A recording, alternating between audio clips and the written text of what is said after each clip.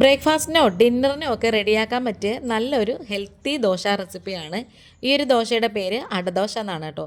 ഇതിൻ്റെ ഒപ്പം കഴിക്കാനായിട്ട് നല്ലൊരു ലെമൺ ചമ്മന്തിയും കൂടെയാണ്. വളരെ പെട്ടെന്ന് തന്നെ റെഡിയാക്കി എടുക്കാം. വീഡിയോ സ്കിപ്പ് ചെയ്യാതെ ഫുള്ള് കാണണേ. ഇഷ്ടപ്പെട്ട ചാനലൊന്ന് സബ്സ്ക്രൈബ് ചെയ്ത് സപ്പോർട്ട് കൂടെ ചെയ്യണം. താമസിക്കുന്നില്ല, നേരെ വീഡിയോയിലേക്ക് തന്നെ പോവാം.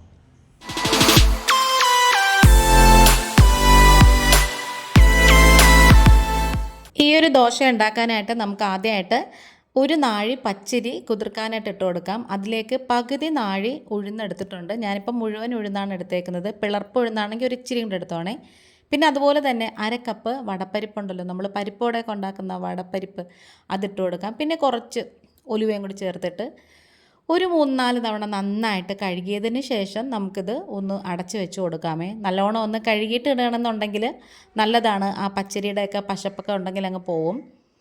ഇനി ഇത് നമുക്കിതങ്ങ് അടച്ച് വെച്ച് കൊടുക്കാം. ഒരു 2-3 മണിക്കൂർ കുതിർത്താൽ മതി. പച്ചരിയൊക്കെ വളരെ പെട്ടെന്ന് തന്നെ കുതിർന്ന് കിട്ടും. ഇനി ഇത് നമുക്ക് അരച്ചെടുക്കാമേ. മിക്സിയുടെ ജാറിലേക്ക് നമുക്കങ്ങ് ഇട്ട് കൊടുക്കാം. പിന്നെ ഈ ദോശയുടെ ഒരു പ്രത്യേകത എന്ന് പറഞ്ഞാൽ നമുക്കിത് റെസ്റ്റ് ചെയ്യാനായിട്ട് വെക്കേണ്ട. അരച്ച ഉടനെ തന്നെ നമുക്കിത് ചൂടാം കേട്ടോ. അങ്ങനത്തെ നമ്മളിത് മിക്സിയുടെ ജാറിലിട്ട്, എനിക്കിതിപ്പോൾ ഒറ്റത്തവണ അരയ്ക്കാനുള്ളതേ ഉള്ളേ.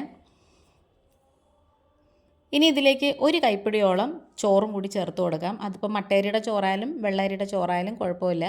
ഇനി ഈ ചോറിന് പകരം അവൽ കുതിർത്തതാണെങ്കിൽ അത് വേണമെങ്കിലും ചേർക്കാമേ. ഇനി 1 ഇഞ്ച് നീളത്തിലുള്ള ഇഞ്ചി എടുത്തിട്ടുണ്ട്. അതും കൂടി ഇതിലേക്ക് ചെറിയ കഷ്ണങ്ങളായിട്ട് മുറിച്ചിട്ടിട്ട് നന്നായിട്ട് ഇങ്ങനെ നരച്ചെടുക്കണം. സാധാരണ നമ്മൾ ദോശയ്ക്കൊക്കെ അരയ്ക്കുന്ന പോലെ സ്മൂത്ത് പേസ്റ്റായിട്ട് അരയ്ക്കേണ്ട, ചെറിയൊരു തരി വേണേ. ഇനി നമുക്കിത് വേറൊരു പാത്രത്തിലേക്ക് അങ്ങ് ഒഴിച്ചു കൊടുക്കാം. എന്നിട്ട് മിക്സി കഴുകിയ ആ ജാറിൽ കുറച്ച് വെള്ളം കൂടി ഒഴിച്ചു കൊടുക്കാം. ഇനി ഇത് തവി കൊണ്ട് നന്നായിട്ട് ഇങ്ങനെ ഒന്ന് ഇളക്കി യോജിപ്പിച്ചെടുക്കണം. നമ്മളിപ്പം നന്നായിട്ട് ഇത് അരച്ചെടുത്തിട്ടുണ്ട്, ആ വടപ്പരിപ്പും ഉലുവയും ചോറും ഉഴുന്നും പച്ചരിയൊക്കെ. ഇനി ഞാനിവിടെ ചെറിയ 2 സവോളയും ഒരു വലിയ പച്ചമുളകും കുറച്ച് കറിവേപ്പിലയും കൂടി ചെറുതായിട്ട് ഇങ്ങനെ ഒന്ന് മുറിച്ച് വെച്ചിട്ടുണ്ട്. അത് ഇതിലേക്ക് അങ്ങ് ചേർത്ത് കൊടുക്കാമേ. അത് ഫുള്ള് നമുക്ക് ഇതിലേക്ക് അങ്ങ് ഇട്ട് കൊടുക്കണം. നല്ല ടേസ്റ്റ് ആയിട്ടുള്ളൊരു ദോശയാണ് കേട്ടോ. ഈ ദോശ ശരിക്കും പറഞ്ഞാൽ ചുടുമ്പം നല്ലൊരു മണമാണ് വരുന്നത്. ഇനി നമുക്കിതിലേക്ക് ആവശ്യത്തിന് കുറച്ച് കായപ്പൊടി ചേർത്ത് കൊടുക്കാം. ഏകദേശം ഒരു 1/2 ടീസ്പൂണോളം കായപ്പൊടി ചേർത്ത് കൊടുത്തിട്ടുണ്ട്. പാകത്തിനുള്ള ഉപ്പ് വെള്ളം ചേർത്ത് കൊടുക്കാം. പിന്നെ കുറച്ച് ചില്ലി ഫ്ലേക്സും കൂടി ഇട്ട് കൊടുത്തിട്ടുണ്ട്. ചതച്ച മുളക് ഏകദേശം 1 ടേബിൾ സ്പൂണോളം ചേർത്ത് കൊടുത്തിട്ടുണ്ട്. ഈ ചതച്ച മുളകിന് പകരം നമ്മൾ അരയ്ക്കാൻ നേരത്ത് മുഴുവൻ വറ്റൽമുളകുണ്ടല്ലോ, അത് അരച്ച് ചേർത്താലും മതി.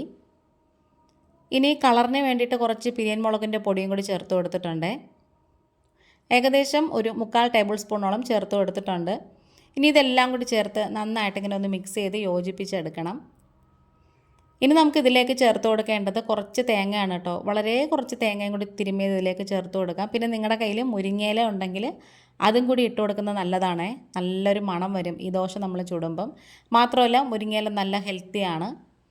ഇനി ഇത് അടച്ചങ്ങ് വെച്ചേക്കാം. നമുക്കിത് പെട്ടെന്ന് തന്നെ ഇപ്പം തന്നെ ചുടാം കേട്ടോ.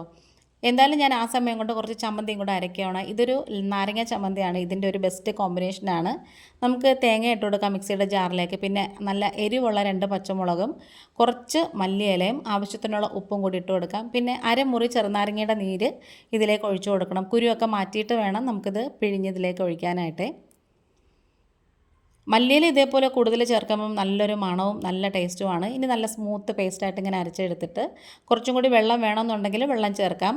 പിന്നെ ഇത്രയും ലൂസ് വേണ്ടാന്നുണ്ടെങ്കിൽ അത് കുറച്ചും കൂടെ കൺസിസ്റ്റൻസി കട്ടി കുറച്ച് വേണമെങ്കിൽ അരയ്ക്കാം. അങ്ങനെ നമ്മളിനി ദോശ ചുടാനായിട്ട് പോവുകയാണേ. കല്ലിലേക്ക് എണ്ണയൊക്കെ നന്നായിട്ട് തൂവി കൊടുത്തതിന് ശേഷം ഈ മാവ് നമുക്ക് ഇതിലേക്ക് കോരി ഒഴിച്ചു കൊടുക്കാം. ഇനി നന്നായിട്ട് കനം കുറച്ച് പരത്തിയെടുക്കണേ. ഇനി നമുക്ക് ഇതിൻ്റെ മുകളിലേക്ക് കുറച്ച് നല്ലെണ്ണയും കൂടി ഒഴിച്ചു കൊടുക്കാം. ഈ നല്ലെണ്ണയ്ക്കകത്ത് കിടന്ന് ഈ ദോശ നന്നായിട്ട് ഇങ്ങനെ മൊരിഞ്ഞ് വരണേ. എന്നിട്ട് നമുക്ക് മറിച്ചിട്ട് കൊടുക്കാമേ. വീഡിയോ കണ്ടുകൊണ്ടിരിക്കുന്ന സമയത്ത് ചാനൽ ഇഷ്ടപ്പെടുകയാണെന്നുണ്ടെങ്കിൽ നിങ്ങളുടെ ഫ്രണ്ട്സ് ആൻഡ് ഫാമിലിക്ക് ഒന്ന് ഷെയർ ചെയ്ത് കൊടുക്കണേ. സബ്സ്ക്രൈബ് ചെയ്യാതെ കാണുന്ന കൂട്ടുകാർ ആരെങ്കിലും ഉണ്ടെങ്കിൽ ആ സബ്സ്ക്രൈബ് ബട്ടൺ ഒന്ന് പ്രസ് ചെയ്ത് കൊടുത്തിട്ട് അതിൽ ഓൾ എന്ന ഓപ്ഷനും കൂടി കൊടുക്കണേ.